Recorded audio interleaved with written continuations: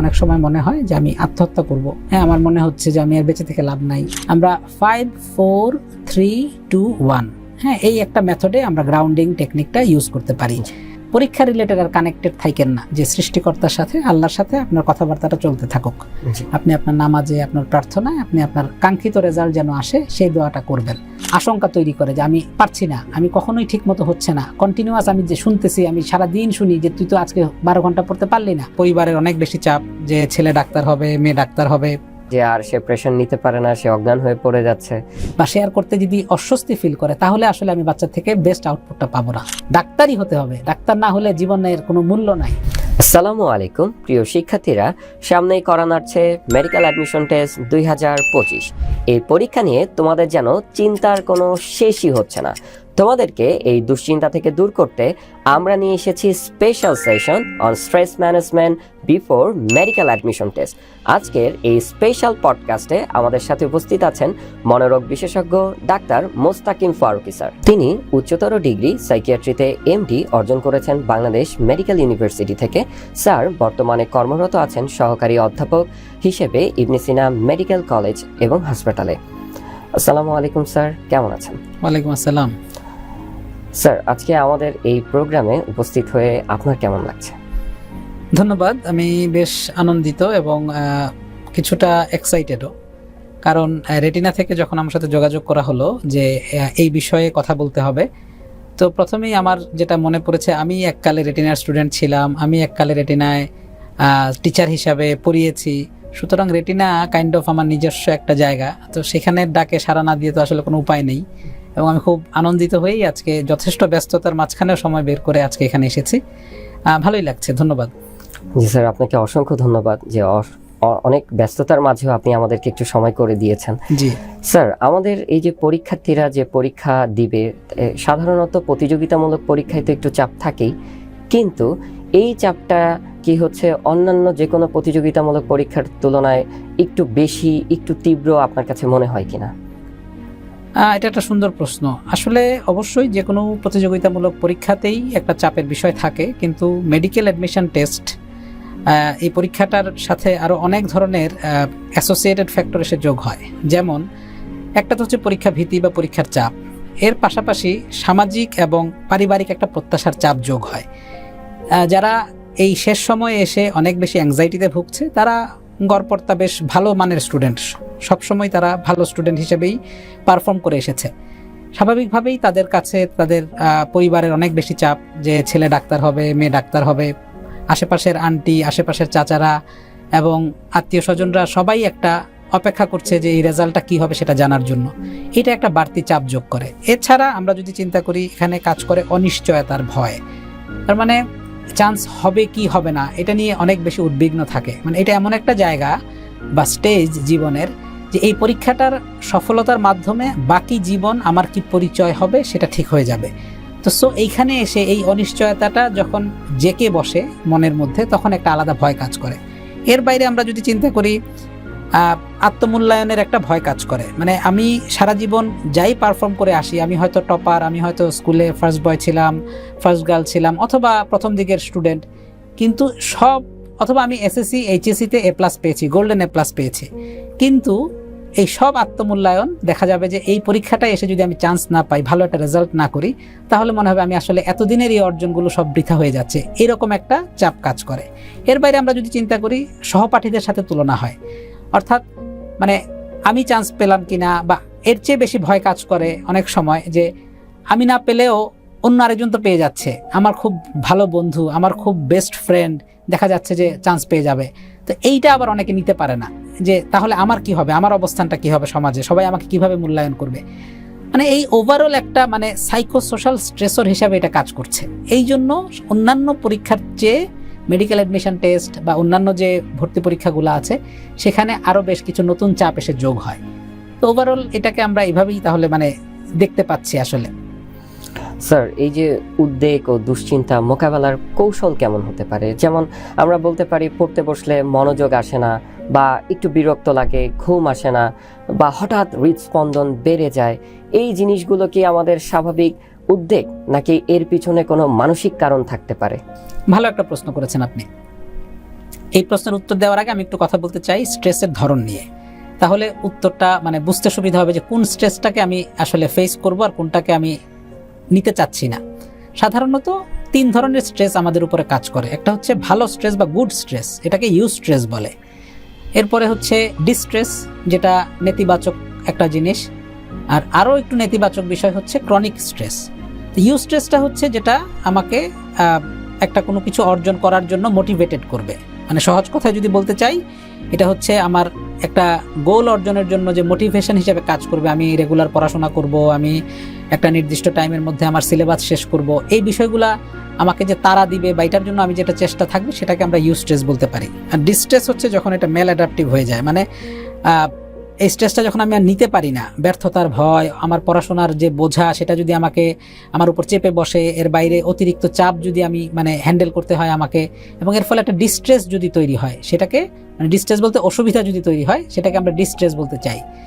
আর এই ডিস্ট্রেসটাই যখন অনেক দিন ধরে পারসিস্ট করে, ধরেন আমি পরীক্ষার প্রস্তুতি, সাধারণত আমরা এই ধরনের পরীক্ষাগুলোর প্রস্তুতি 3 মাস 4 মাস বা কেউ 6 মাস ধরে নিচ্ছে, তো নিতে নিতে অনেক লং স্ট্যান্ডিং যদি ডিস্ট্রেস কাজ করে সেটা তখন ক্রনিক স্ট্রেস হয়ে যায়, যেটা বার্ন আউট তৈরি করে।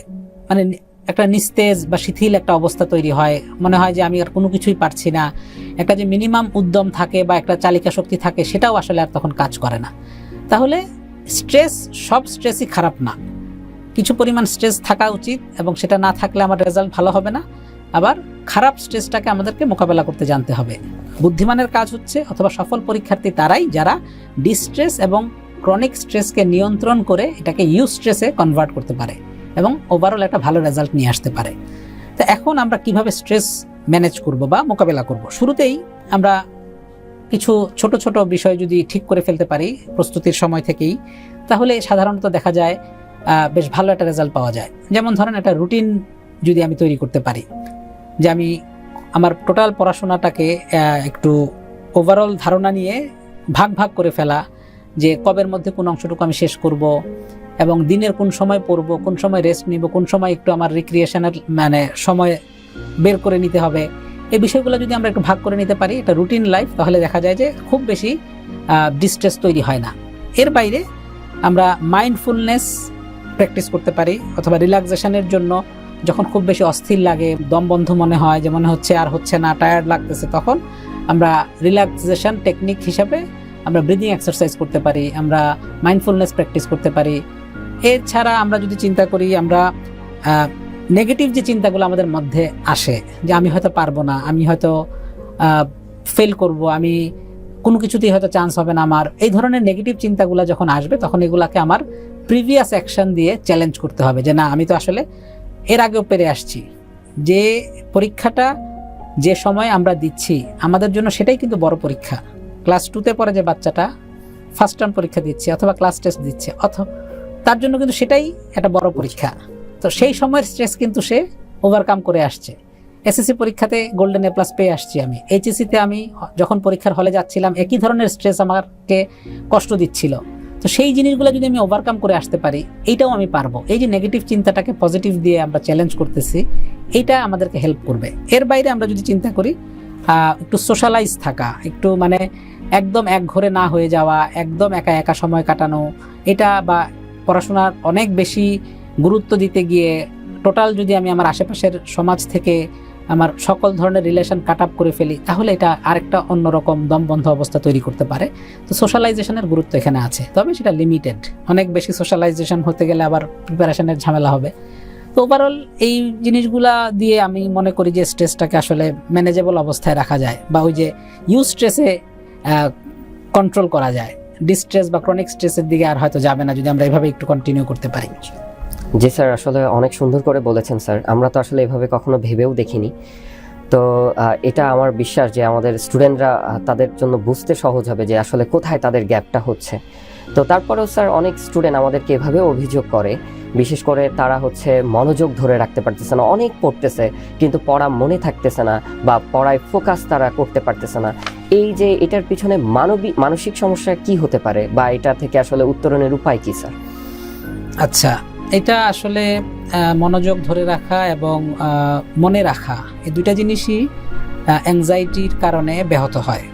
বা অনেক বেশি যখন প্যানিকড হয়ে যায় মানুষ, তখন দেখা যায় যে অনেক এফোর্ট দিচ্ছে কিন্তু আউটকামটা সেরকম হচ্ছে বলে মনে হয় না। তো এখন যে আসলে যে সময়টাতে আমরা বাস করি, আমরা অনেক আশেপাশের অনেক কিছু দ্বারা নিয়ন্ত্রিত হই। ডিজিটাল একটা লাইফ আমাদের। এই ডিজিটাল যে সোশ্যাল মিডিয়া, এই মিডিয়া আমাদের আসলে অ্যাটেনশন স্প্যানকে অনেক বেশি প্রভাবিত করে। আপনি খেয়াল করে দেখবেন যে আমরা এখন আমাদের হাতে যখন মোবাইল থাকে, আমরা যখন স্ক্রল করি, দিনকে দিন আমাদের এই যে ভিডিও কন্টেন্টগুলা, এগুলার সময় কমে আসছে। একটা সময় গত 4-5 বছর আগেও আমার মনে আছে যে এক একটা ভিডিওর স্প্যান ছিল 3 মিনিট 5 মিনিট, হ্যাঁ, ছোট ছোট নাটিকার মতো, এবং আমরা সেটা দেখতাম। এখন আস্তে আস্তে দেখবেন যে রিলস আসছে, শর্টস আসছে, মানে প্রতিটা জিনিস ছোট হয়ে আসছে, হ্যাঁ, এবং 30 সেকেন্ড 1 মিনিট এর বেশি আমরা একটা জিনিসের দিকে আর তাকিয়ে থাকছি না। এবং যখন আমি ক্রমাগত এই স্ক্রলিংটা এইভাবে করে অভ্যস্ত, তো সেটা যখন আমি আমার বইয়ের পড়ায় এসে মনোযোগ দিতে যাচ্ছি টানা 10 মিনিট, টানা 20 মিনিট, তা আমার ব্রেইন তো আসলে এটা সুইচ করতে পারছে না এত দ্রুত, সে কারণে ঝামেলা হচ্ছে। তাহলে আমি যখন মেন্টালি প্রিপেয়ার্ড যে আমি আসলে আমার পড়াশোনাতে মনোযোগ দিব, সে সময় আমাকে বিশেষ কিছু টেকনিক ইউজ করা উচিত।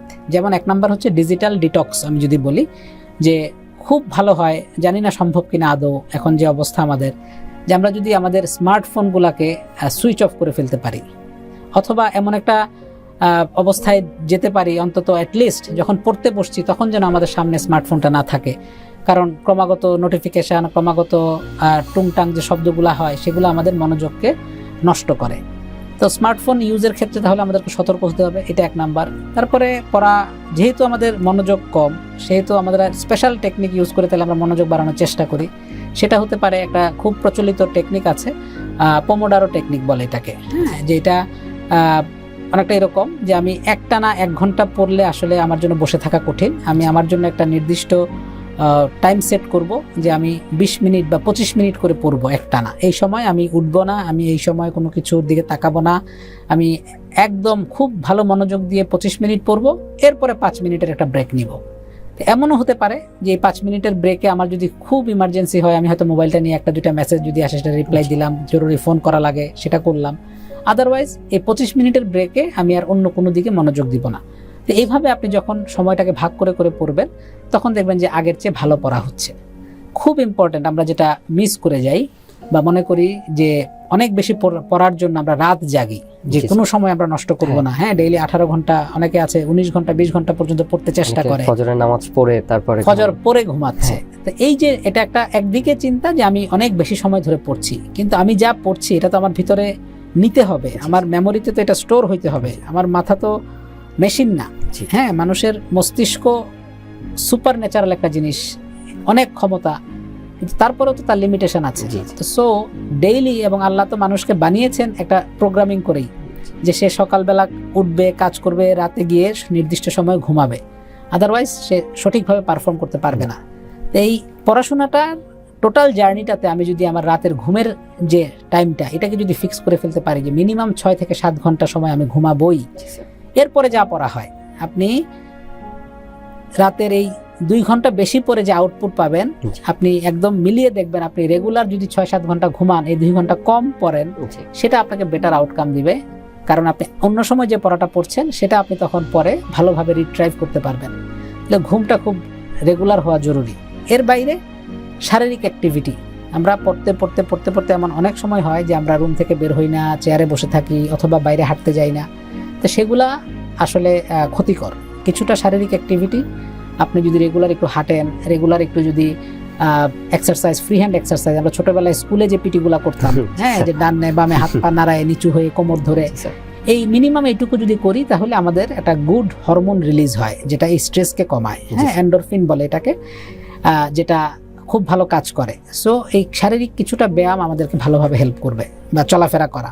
তো ওভারঅল এই মানে এগুলোর মধ্যে বা মাধ্যমে আমরা আশা করতেছি বা আশা করতে পারি যে আমরা স্ট্রেসটাকে বা ওই মনোযোগটাকে আমরা ধরে রাখতে পারবো, এবং স্মৃতিশক্তি বাড়াতেও এটা হেল্প করবে।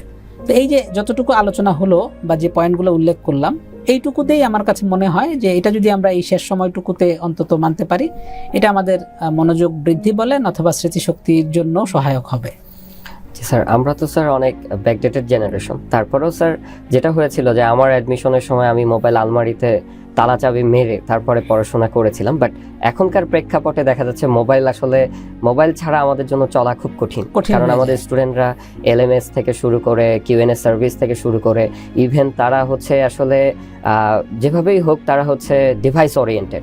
তাদের আরেকটা কথা, ইয়েস, আপনি যেটা বলাই ভালো হলো, এখনকার এই যে কোচিং এর অনেক টেকনিক, অনেক পরীক্ষা দেখা যাচ্ছে মোবাইলে দিচ্ছে।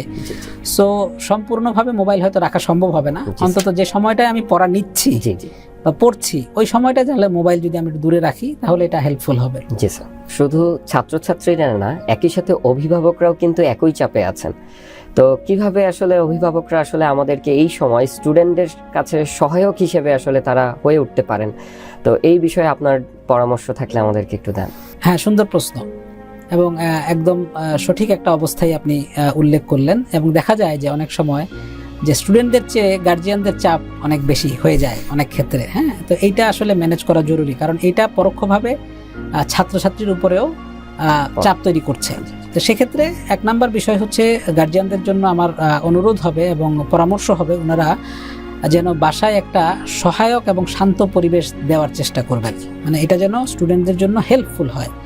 আপনি তাকে চাচ্ছেন, মানে আপনি কি কি করবেন, আমি শুরুতে এটা একটু পয়েন্ট আউট করি, আর পরে বলবো কি কি করবে না গার্জিয়ানরা, হ্যাঁ, উইথ রেসপেক্ট টু দেম। হ্যাঁ, তো শুরুতে হচ্ছে যে আমরা তাদেরকে পজিটিভলি মোটিভেট করব।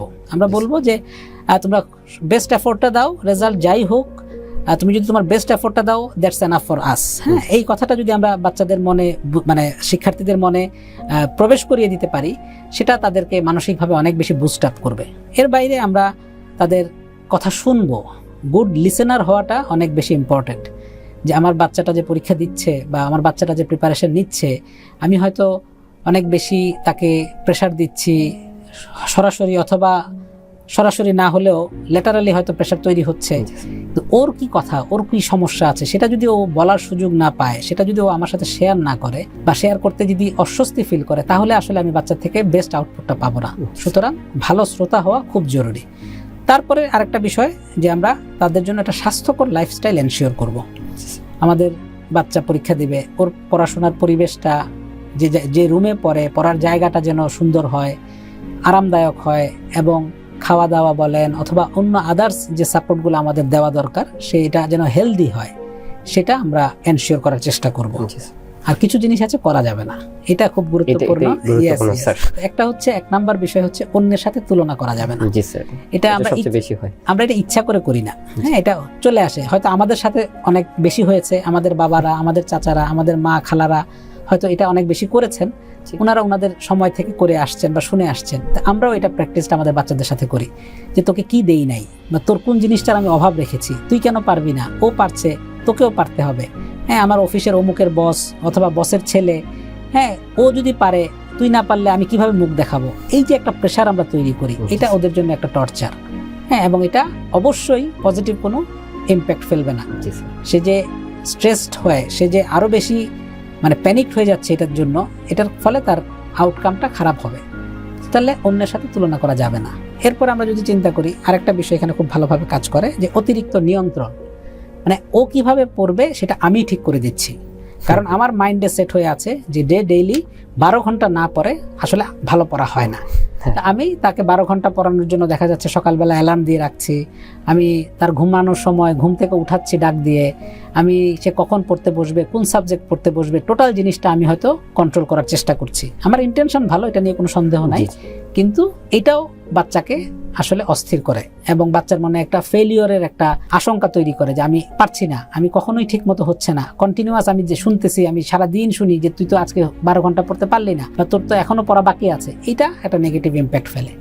আরেকটা জিনিস, সেটা হচ্ছে আপনার স্বপ্ন আপনি আপনার বাচ্চার উপর চাপিয়ে দিবেন না, বলবো না। আমরা তো চাইবই যে আমাদের স্বপ্ন আমাদের বাচ্চারা পূরণ করুন, কিন্তু যে জিনিসটা আমি হতে পারি নাই, সেই জিনিসটা যেন বাচ্চাকে আমি বাধ্য না করি, ওকে হতেই হবে। আমি হয়তো আমার স্বপ্ন ছিল আমি ডাক্তার হব, অথবা আমি হয়তো অলরেডি ডাক্তার, হতে পারে অনেক গার্জিয়ান আছেন আমাদের ডাক্তার, কিন্তু আমি যে লেভেলটায় যেতে পারি নাই, হ্যাঁ, সেই লেভেলে আমি চাই আমার ছেলে যাক, আমার মেয়ে যাক, এটাই আমার স্বপ্ন। কিন্তু সেটা যখন চাপিয়ে দিতে যাব, যেটা হতেই হবে, ডাক্তারই হতে হবে, ডাক্তার না হলে জীবনের কোনো মূল্য নাই, এই যে একটা অবস্থা আমরা তৈরি করে ফেলি, সেটা আসলে ঠিক না। ঢাকা মেডিকেলে চান্স পেতে হবে, শুরুর দিকের মেডিকেলে চান্স পেতে হবে, ডেন্টালে চান্স পাওয়া যাবে না, অথবা পিছনের দিকে যাবে না। যেখানে মানে এই যে ওভারঅল একটা মানে অবস্থা আমরা তৈরি করে ফেলি, এইটা আসলে বাচ্চাকে স্বাভাবিকভাবে প্রস্তুতি নিতে দেয় না।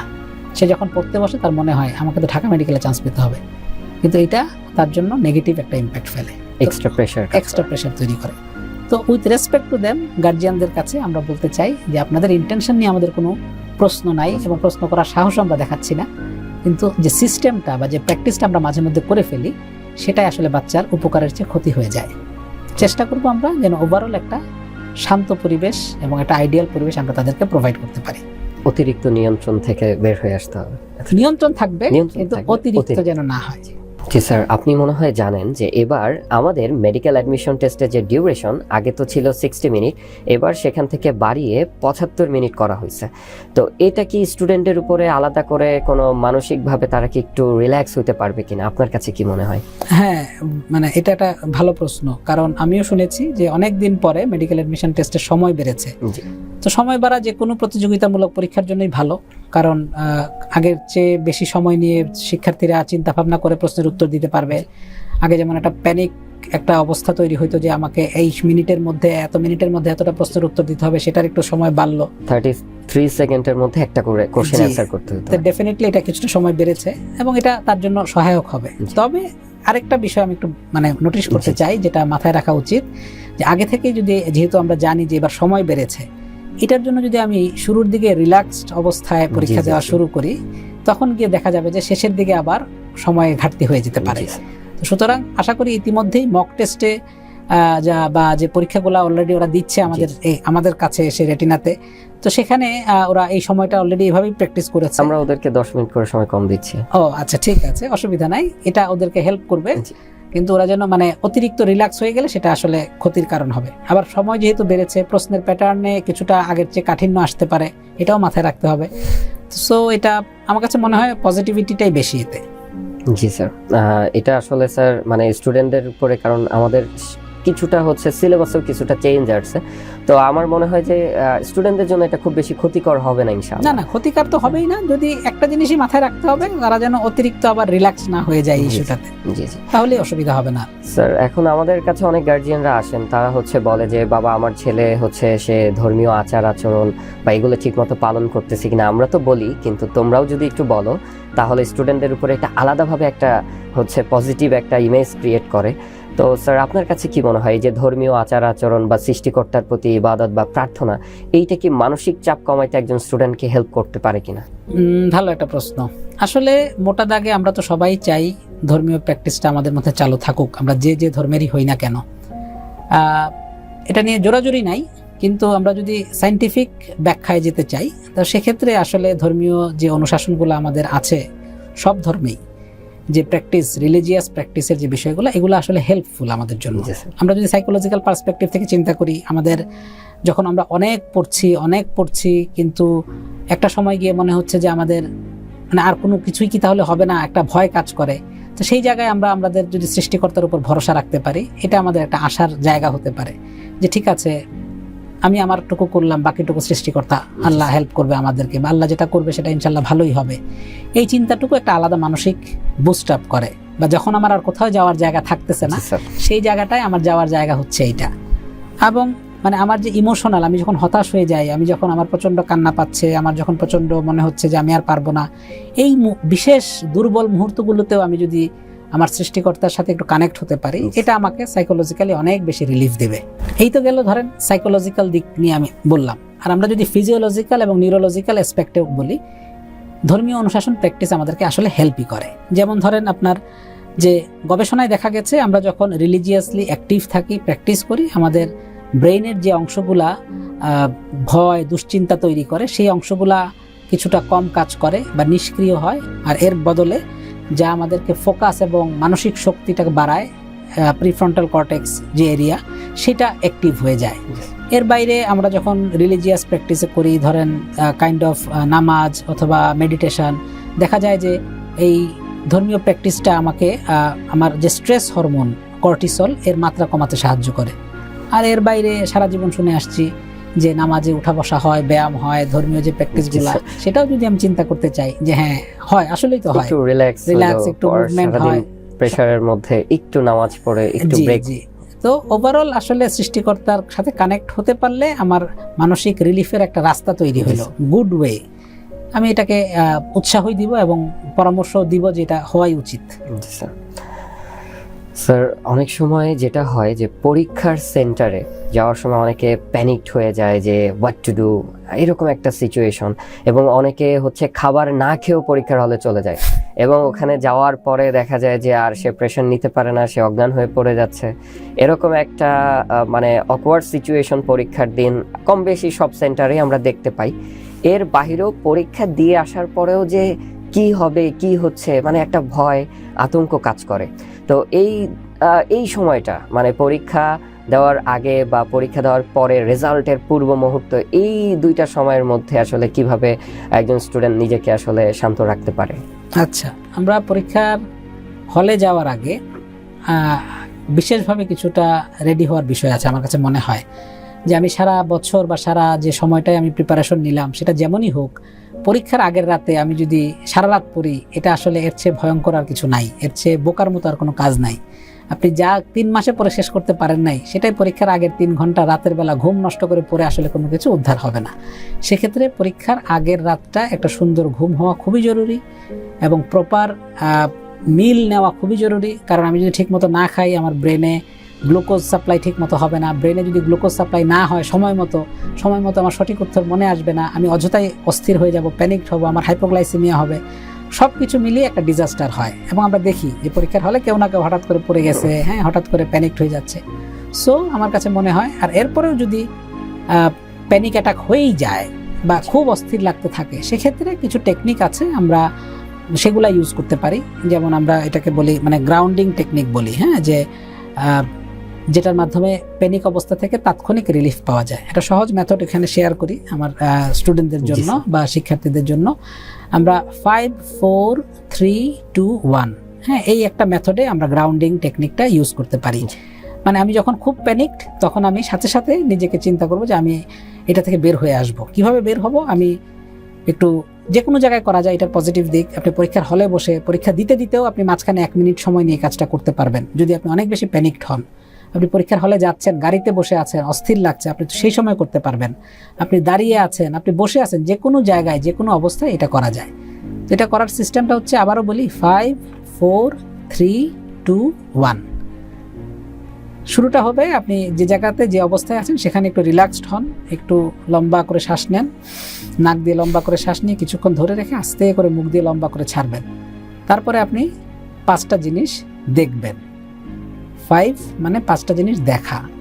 আপনি আপনার আশেপাশের 5টা জিনিস কি হতে পারে? এই যে আমি এখানে বসে আছি, আমি আমার সামনে মাইক আছে, মাইকটার দিকে তাকালাম।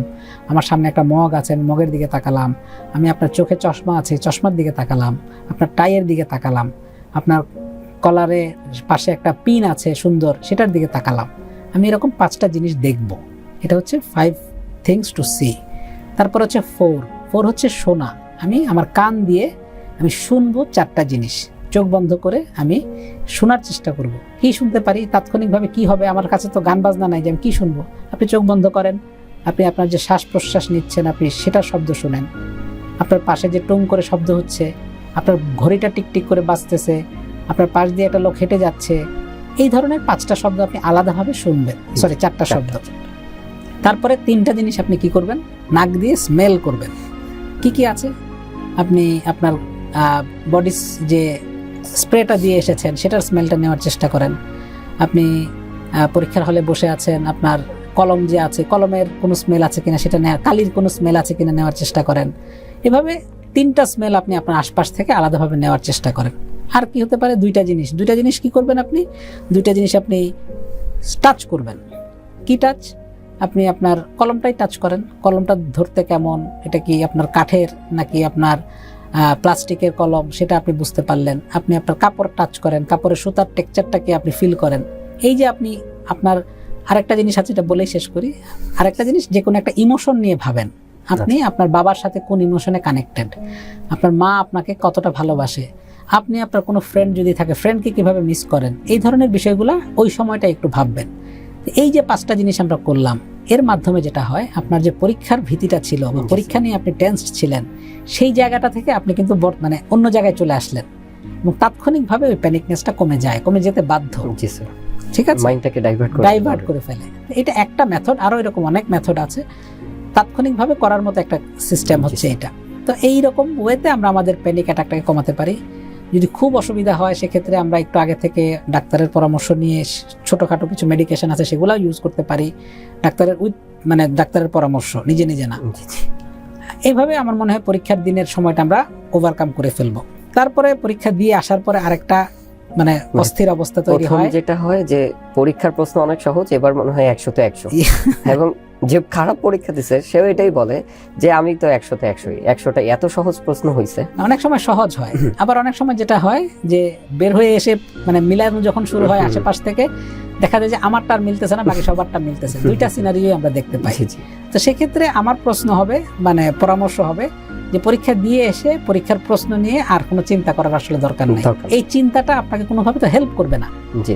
হেল্প করবে আপনার রেজাল্ট যদি ভালো না হয়, পরের বার আপনি যখন প্রস্তুতি নেবেন তখনের জন্য আপনি এই প্রশ্ন নিয়ে আবার বসতে পারেন, কিন্তু রেজাল্ট আউট হওয়ার আগে প্রশ্ন নিয়ে আর কোনো কাজ নাই। সুতরাং প্রশ্ন নিয়ে মিলানো, কয়টা হয়েছে, কি হয়েছে না হয়েছে, এই জিনিসটা একদমই নিষেধ। আমি করব নিষেধ, আমি কখনো করি নাই। তো এরপরে আপনি যে অখণ্ড অবসর পেলেন, আপনি গতদিনও 12 ঘন্টা পড়াশোনা করেছেন, কিন্তু আজকে আর পড়াশোনা নাই। সুতরাং এই অবসরটাকে উপভোগ করেন। রেজাল্ট হওয়ার আগ পর্যন্ত যে কাজগুলো এতদিন জমে ছিল, অনেক সিনেমা হয়তো আপনি দেখতে পান নাই, অনেক গান হয়তো বের হয়েছে আপনি শুনতে পান নাই, অনেক ফ্রেন্ডের সাথে কথা বলা হয় নাই, অনেক আত্মীয়, অসুস্থ আত্মীয় হয়তো কেউ আছে যার সাথে দেখা করা হয় নাই। এই সময়টাকে 2 দিন বা 3 দিন যে সময় পাওয়া যায়, এই সময়টাকে কাজে লাগান। আপনি একদমই মানসিকভাবে পরীক্ষা রিলেটেড আর কানেক্টেড থাকেন না। এটা হচ্ছে আমার পরামর্শ। আরেকটা জিনিস করা যাবে এবং করা উচিত, যে সৃষ্টিকর্তার সাথে, আল্লাহর সাথে আপনার কথাবার্তাটা চলতে থাকুক। আপনি আপনার নামাজে, আপনার প্রার্থনায় আপনি আপনার কাঙ্ক্ষিত রেজাল্ট যেন আসে সেই দোয়াটা করবেন, সেটায় কোনো অসুবিধা নাই। তাহলে আমার মনে হয় আলাদা করে আর মানসিক চাপ তৈরি হবে না। এটাই আসলে হয়, মানে পরীক্ষা দিয়ে আসলে আর কাজ করার মতো কোনো কাজ খুঁজে পাওয়া যাচ্ছে না, এবং সময়টা তখন আমরা ওই কারণেই দেখা যায় যে অনেক বেশি টেনশন করি যে কি হবে, আচ্ছা আমার কি এটা ঠিক দেখাইছিলাম, বা আমি রোল কি ভুল পূরণ করছিলাম কিনা। এটা খুব কমন সিনারিও, মানে পরীক্ষা দিয়ে আসার পরে মনে হয় সেট কোড কি ঠিকঠাক ফিল আপ করছিলাম কিনা, এইরকম একটা ভয় কাজ করে। জি। তো যাই হোক স্যার, আমার কাছে যেটা মনে হয় যে অনেকের কাছে মনে হইতে পারে যে এটা তো পরীক্ষার আগে স্বাভাবিকভাবেই একটা চাপ থাকেই, কিন্তু কখন এটা আর স্বাভাবিক চাপ নাই, স্টুডেন্ট কখন বুঝতে পারবে যেটা আর স্বাভাবিক চাপের মধ্যে নাই, বা গার্জিয়ানও বা কখন এটা ফিল করবে যে স্টুডেন্ট সে আসলে পরীক্ষা নিয়ে যে ভয়টা পাচ্ছে সেটা আর স্বাভাবিক অবস্থায় নাই, সেটার জন্য অবশ্যই একজন প্রফেশনালের কাছে যেতে হবে। স্টুডেন্টের বা গার্জিয়ানের কাছে কখন আসলে প্রফেশনালের কাছে যাওয়া উচিত বলে আপনি মনে করেন? গুড, ভেরি ইম্পর্টেন্ট প্রশ্ন। কেন? কারণ আমরা আমাদের চেম্বার লাইফে এই ধরনের পেশেন্ট রেগুলার ফেস করি, যে আসে আমাদের কাছে যে আর পারছে না আর এটা নিতে। তো এটা জানতে হবে কখন আসতে হবে। কিছু রেড ফ্ল্যাগ সাইন আছে যে এটা হলে আর অপেক্ষা করা যাবে না।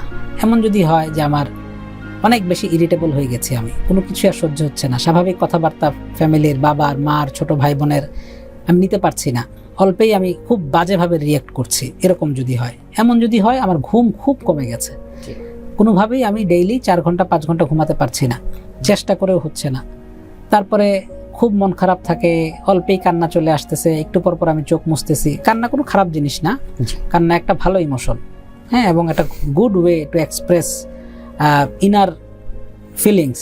বাট এটা যদি অস্বাভাবিক হয়, কান্নার মতো ঘটনা ঘটে নাই, তারপর আপনি চোখে পানি আসছে, এরকম যদি হয়, তারপরে কোনো আনন্দের ঘটনাতে আমার যদি আনন্দ না লাগে, হ্যাঁ, কোনো কিছুতে আমার কোনো আগ্রহ কাজ করছে না, হ্যাঁ, আমি শুধু হতাশাজনক কথাবার্তায় আমার মাথায় আসতেছে, আমি মাথা থেকে এই চিন্তা মানে বের করাই সম্ভব হচ্ছে না, ওভারঅল আমার লাইফটা যদি আমি আর সঠিক ওয়েতে পারফর্ম করতে পারছি না, হ্যাঁ, আমার কাছে মনে হচ্ছে যে কি যেন মানে হচ্ছে না, এরকম একটা অবস্থা যদি হয়, আবার উল্টাটাও অনেক সময় হতে পারে। আরেকটা খুব ইম্পর্টেন্ট জিনিস, নেগেটিভ ইমোশনগুলোর মধ্যে অনেক সময় মনে হয় যে আমি আত্মহত্যা করব, হ্যাঁ, আমার মনে হচ্ছে যে আমি আর বেঁচে থেকে লাভ নাই, আমি আর টেনশন নিতে পারছি না, কখনো যদি আত্মহত্যার অ্যাটেম্প্ট হয়ে যায়, হ্যাঁ, এই ধরনের বিষয়গুলোতে খুব সতর্কতার সাথে হ্যান্ডেল করতে হবে গার্জিয়ানকে এবং যে পরীক্ষার্থী তাকেও। এর বাইরে যদি এমন হয় অস্বাভাবিক অনেক বেশি আনন্দ লাগছে আমার হঠাৎ করে, হ্যাঁ, অনেক সময় হয় এটা, হ্যাঁ, যে ওভার স্ট্রেস থেকে মানে একটা ইউফোরিক কন্ডিশন তৈরি হয়ে যায়, হ্যাঁ, এটা মুড ডিসঅর্ডার টাইপ একটা হ্যাঁ। মানে সিচুয়েশন অ্যারাইজ করে। তো দেখা যাচ্ছে যে কথা আমি অনেক বেশি কথা বলছি, হ্যাঁ, আমি জি। যে বিষয়ে আমার এঙ্গেজ হওয়ার কথা না সেটাতেও আমি এঙ্গেজ হচ্ছি, আমাকে ঘুম কমে গেছে এবং আমি খুব আনন্দ হচ্ছে আমার যে আমার ঘুম কম হচ্ছে, আমি অনেক বেশি পড়তে পারবো। ডেইলি দেখা যাচ্ছে 2 ঘন্টা 3 ঘন্টার বেশি আমি ঘুমাচ্ছি না এবং এটা নিয়ে আমার কোনো ডিস্ট্রেস নাই।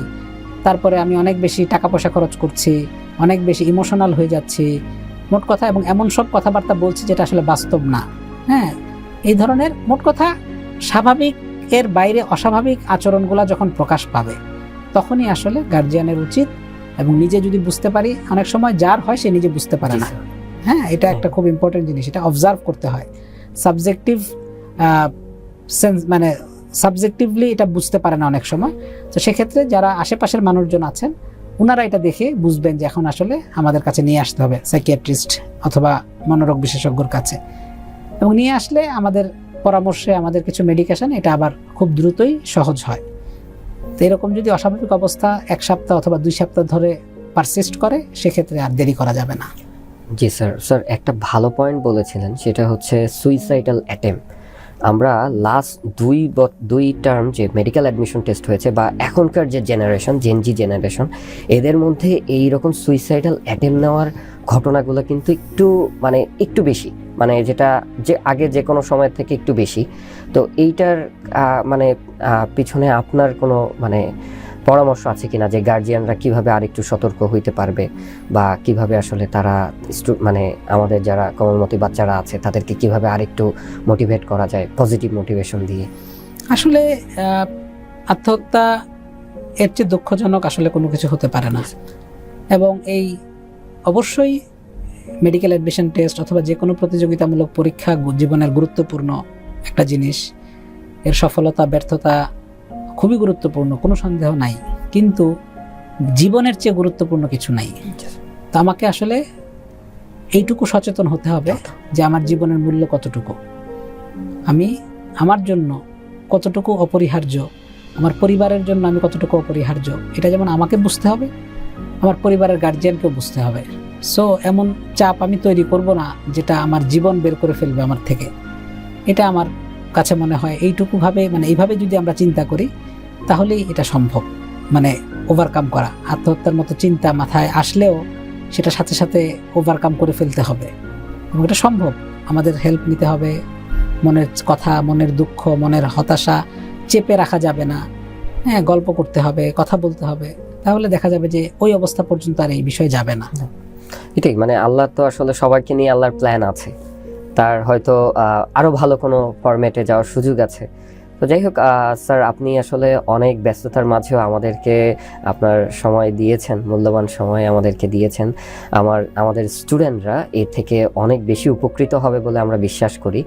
আর একদম শেষে স্যার, আপনি যদি আরো কিছু অ্যাড করতে চান স্যার।